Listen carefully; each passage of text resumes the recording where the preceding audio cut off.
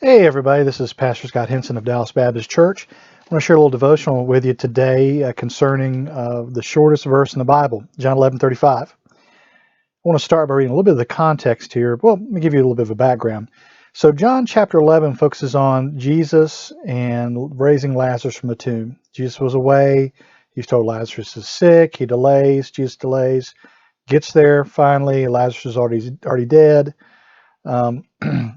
I'm going to pick up here verse 32. It says, when Mary reached the place where Jesus was and saw him, she fell at his feet and said, Lord, if you had been here, my brother would not have died.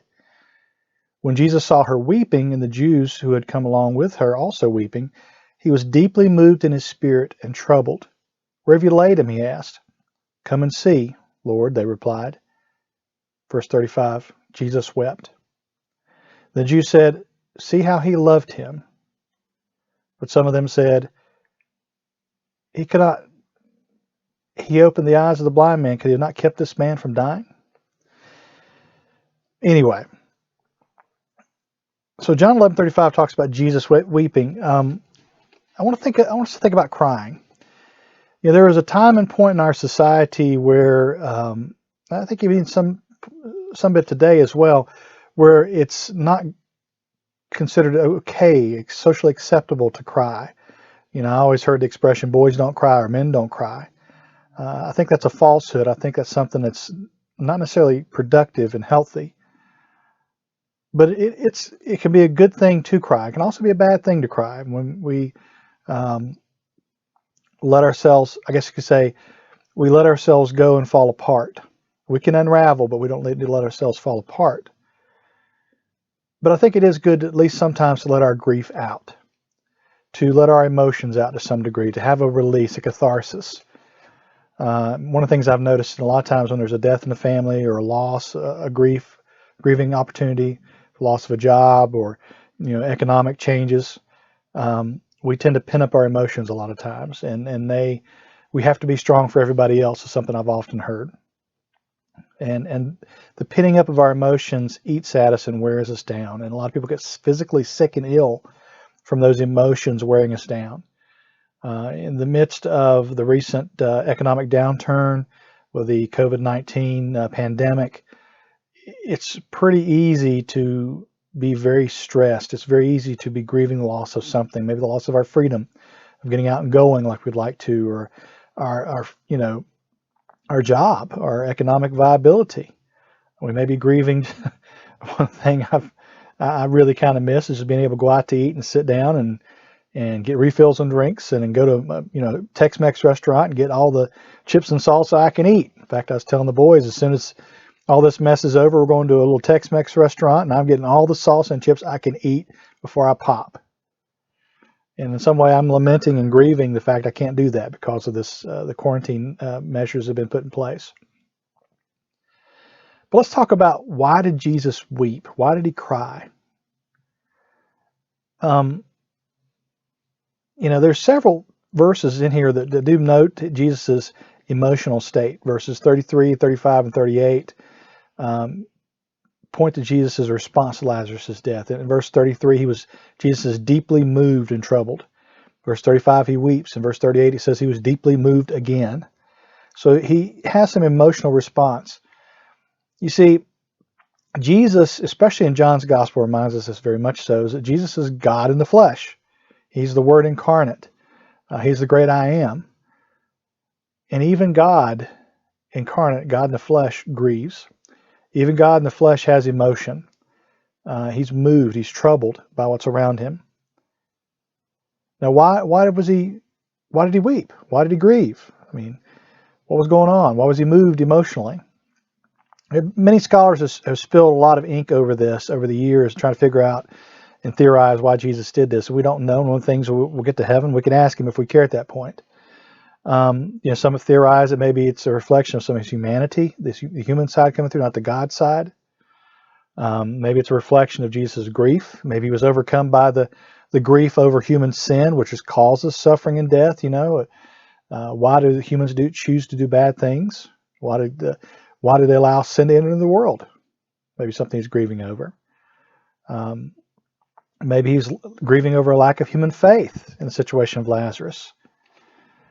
Maybe he was even grieving for the love of Lazarus because he loved Lazarus. You look in verse 36, it says, after he grieves, the Jews in the story said, see how he loved him. They noticed that he loved him. Verse 5 notes that Jesus loved Martha and her sister and Lazarus. So he did have love for his friends, his acquaintances. So maybe he was grieving over that. Another possible reason why he was weeping was maybe reflect his anger over too much intense emotion. Maybe he's reflecting his anger over unbelief of the people. Several different things in play here. I tend to side with the notion that maybe he was grieving because he loved his friends. It was a normal human response to loss is to grieve. And I think in some ways that gives us permission to grieve. You see, Jesus in John's Gospel, we're reminded often that he is God, the great I am. He is God in the flesh. I and my Father are one, it says. But John also reminds us that Jesus was human, a human figure who feels grief. And as one scholar, Charles Talbert, a Baptist who teaches Wake Forest, writes, Jesus was a human who feels grief at the center of his being over the loss of a loved one. If the Lord grieved, it's okay for us to grieve. It's okay for us to cry. If we're overwhelmed by life, it's okay. If, with all the life changes going on with this pandemic and with the economic downturn, it's okay to scream. It's okay to cry. I saw a meme on Facebook recently. It said something to the effect of, I want to be like the cicadas and get up at a tree and just scream. I'm so stressed out with life. And maybe we feel that way. Don't let those emotions bottle up in you and eat you. Express your emotions. Be constructive with it, though.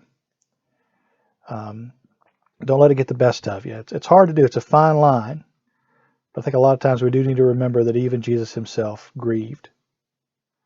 He expressed loss through his emotions, through weeping.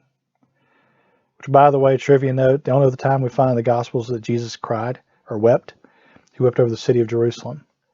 And most of that was probably because of their choices and the sins, and he knew that they would have to be one day judged. You see, the funny thing is, in the story, Jesus knew that Lazarus would be raised again. He knew that this was done for the glory of his Father. He knew that everything would be okay. But he still grieved. He still wept. Even if we know that everything is going to be okay, that everything's going to work out in the end, it still doesn't invalidate the stress and the grief and the emotions, the anxiety that we feel in the moment. And we let those out constructively.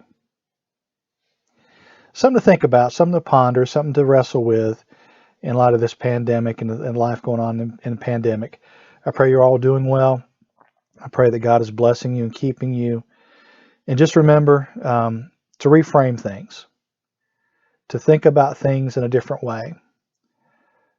Sometimes it helps us get perspective of reality.